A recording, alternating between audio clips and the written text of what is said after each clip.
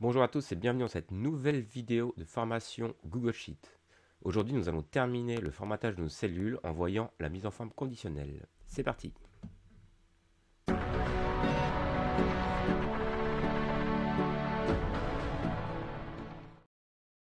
On va donc repartir de notre tableau de données que l'on a correctement formaté lors de la dernière vidéo. Alors, la mise en forme conditionnelle, ça va nous permettre de changer automatiquement la mise en forme en fonction de la valeur de la cellule. Par exemple, ici, je veux que dans toutes mes cellules de texte, selon une certaine condition, les cellules ne s'affichent pas pareil. Donc je vais sélectionner ma colonne B et je vais aller dans Format, Mise en forme conditionnelle. Et là, j'ai un menu qui apparaît sur la droite de règles de mise en forme conditionnelle. Donc la première chose à choisir, c'est la plage à laquelle appliquer la règle que l'on veut mettre. Donc moi, par exemple, je vais me mettre de B3 pour commencer là où commencent les données à B1000. Je peux aussi sélectionner avec le petit quadrillage sur la droite, ça va permettre de sélectionner une plage. Et ensuite, dessous, on a une liste déroulante avec toutes les règles de mise en forme possibles. Donc, on peut faire des règles par rapport au texte. Donc si la cellule est vide, n'est pas vide, si le texte contient certains caractères. On peut le faire par rapport aux dates, si c'est une date, si elle est antérieure ou supérieure à une certaine date. Ou on peut le faire par rapport au nombre. Pareil, avec supérieur, inférieur ou dans un intervalle précis. Donc là, par exemple, moi, je vais, comme c'est du texte, je vais dire tout le texte qui contient, et là, je mets la valeur que le texte doit contenir. Donc je vais taper AN. Et j'applique le style de mise en forme en dessous. Donc par défaut, c'est un fond vert. Mais je peux aussi changer la couleur de la police. Je peux mettre en barré, en gras, en souligné ou en italique. Et ensuite, je valide. Et là, on voit que du coup, ma règle apparaît dans ma liste de règles. Et François et Emmanuel, donc les deux seuls mots qui contiennent AN, sont bien en vert et en gras. Si je tape AN dans une cellule où voilà, un mot qui contient AN, bon là c'est revenu sur Manuel, mais voilà, et bien automatiquement, vu que la règle s'applique sur toute la colonne B, et bien dès que je vais mettre un mot dans la colonne B qui contient AN, il va prendre la règle. Donc je peux faire la même chose avec justement tous les autres champs. Là par exemple, je vais ajouter une règle pour les dates. Donc je vais dire appliquer à la plage de J3 à J1000. Et là je vais dire par exemple la date est antérieure à... Alors là je peux choisir aujourd'hui, demain, hier, au cours de la semaine dernière, du mois dernier, au cours de l'année dernière, ou une date exacte.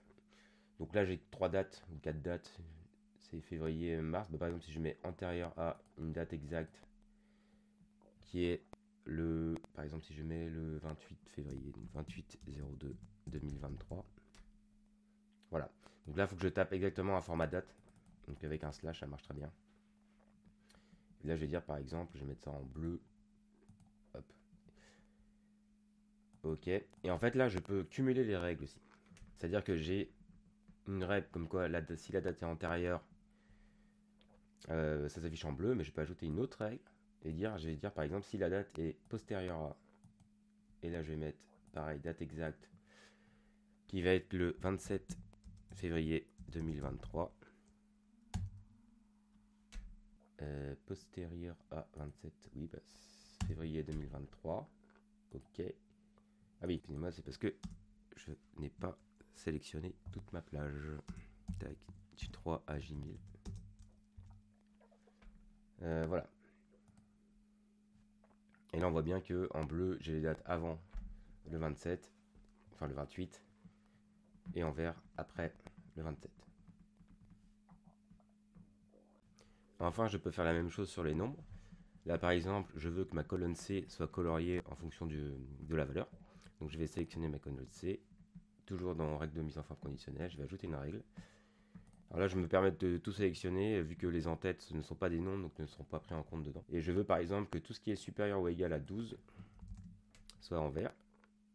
Ok, je valide. Et je vais ajouter une deuxième règle en disant que tout ce qui est inférieur ou égal à 12 cette fois-ci soit en rouge.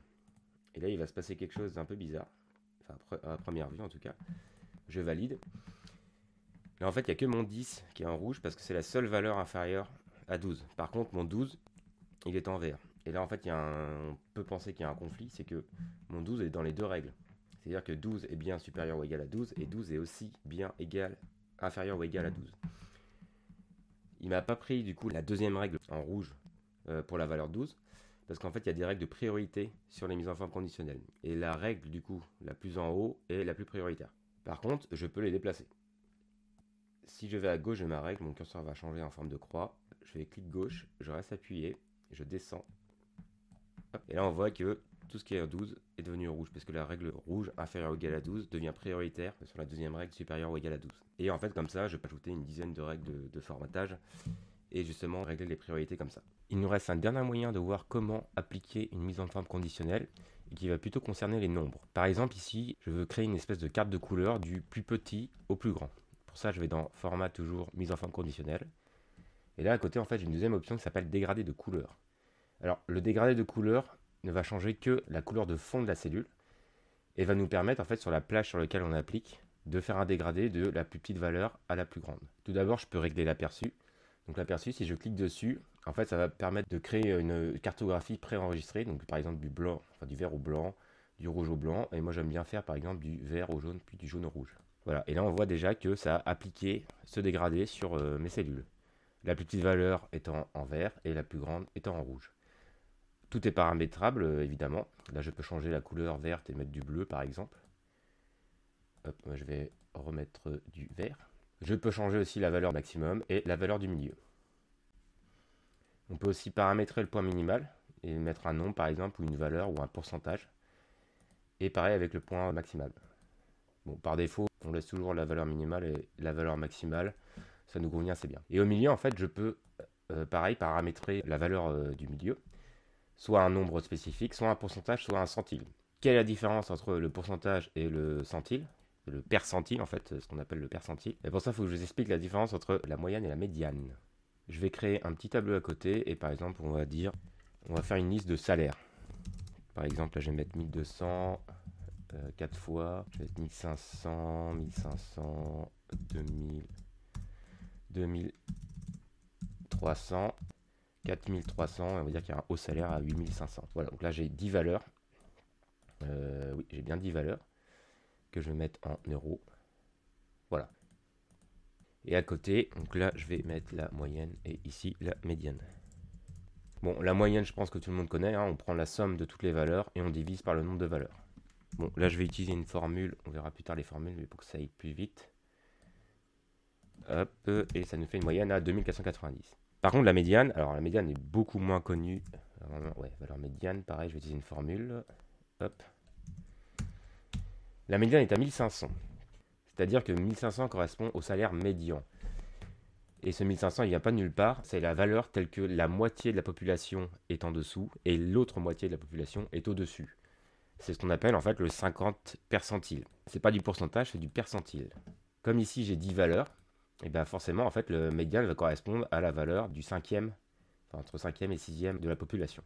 Et du coup, si je sélectionne ici ma liste de salaires, que je vais mettre un dégradé de couleur du vert au rouge, et que je mets le milieu à 50%, là ici on voit que 2490, ça correspond à peu près à la valeur jaune, enfin entre 2300 et 4300, puisque ça correspond à la moyenne. En fait, le 50% des valeurs, enfin le 50% de l'amplitude des valeurs, ça correspond à la moyenne. Voilà, alors ici, je vais mettre moyenne. Hop, et je vais tout copier à côté. Et ici, je vais mettre la médiane. Et là, du coup, je vais changer ma carte de couleur, alors de N3 à N pour le 50 pourcentage. Ici, je vais rajouter une règle. Donc, pareil, dégradé de couleur, du vert au rouge et 50 centiles. Et là, ici, on voit que le 50 centiles, il s'applique à 1500. C'est la valeur qui est en jaune ici et qui correspond à la médiane. Donc, bien faire attention à la différence entre la moyenne et la médiane. C'est vrai qu'on nous sort souvent des chiffres moyens, mais la moyenne ne va pas du tout prendre en compte les écarts entre, par exemple, la valeur la plus basse et la valeur la plus haute. Alors que la médiane va toujours avoir la valeur médiane par rapport à l'échantillon de population sur lequel sont faits les calculs. Donc ici, j'ai ma carte de couleur que j'ai mis sur mon montant. Dégradé de couleur ici. Alors, comme mes valeurs vont de 10 à 15, on voit que le 10, c'est la valeur la plus faible et le 15, c'est la valeur la plus élevée. Comme j'ai copié-collé mes valeurs, c'est toujours les mêmes. Mais ici, on voit que si je mets 20, hop, sur toute la carte, le 15 va être orange et puis rouge et le 20 va bien passer en rouge. Et au contraire, si je mets 2, ça va complètement changer la carte de couleur vu que ça va être le 2 qui sera la valeur minimum. Voilà un petit peu pour le petit tour sur la mise en forme conditionnelle. Donc ne vous inquiétez pas, on va faire des exemples plus tard quand on fera les exercices vraiment concrets. Merci à tous d'avoir regardé cette vidéo. N'hésitez pas à commenter, à vous abonner. Je répondrai à vos commentaires avec plaisir. Et je vous dis à bientôt pour une prochaine vidéo.